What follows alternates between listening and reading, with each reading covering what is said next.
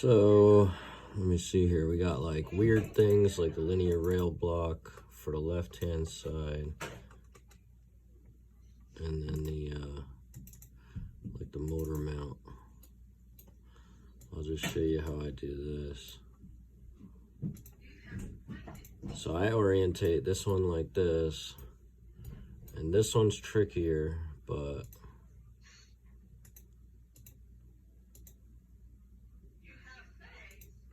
and then you got to go and make sure that it's got that good contact surface. And then for like this one, I'll put support blockers all over this thing. Oops. Like, cause all this has tiny overhangs, the printer can totally handle, but I try to get as close to this as possible, because I do want a little support there. Oop. And then I'll even hit these, and this, and that. Blah, blah, blah, you get it. So I do it on its side like that. And then same thing with this guy. Let's move this out of the way. Boom. So it shows up better. So I print it on its side, and then I block off all the supports except for these ears right there. And this area right there. So the other one that I do that's kind of interesting is these. You can print these vertical,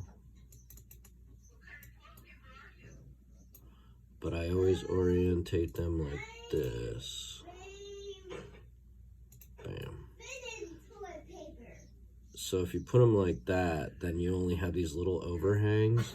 And frankly, I made them, you can pretty much print these without any support whatsoever. So yeah, that should be like a decent primer on how I do it, because if you block off all this and these and that, then it really just goes from there to there, and then it'll support this for the major overhangs. And then what you're doing is also you're making the layer lines go across like this, so your part is going to be stronger, you know, for the forces that are exerting like this way and that way. You know, there's no forces going that way and that way, so the Z-seam actually helps it be a lot stronger. Same with this part over here.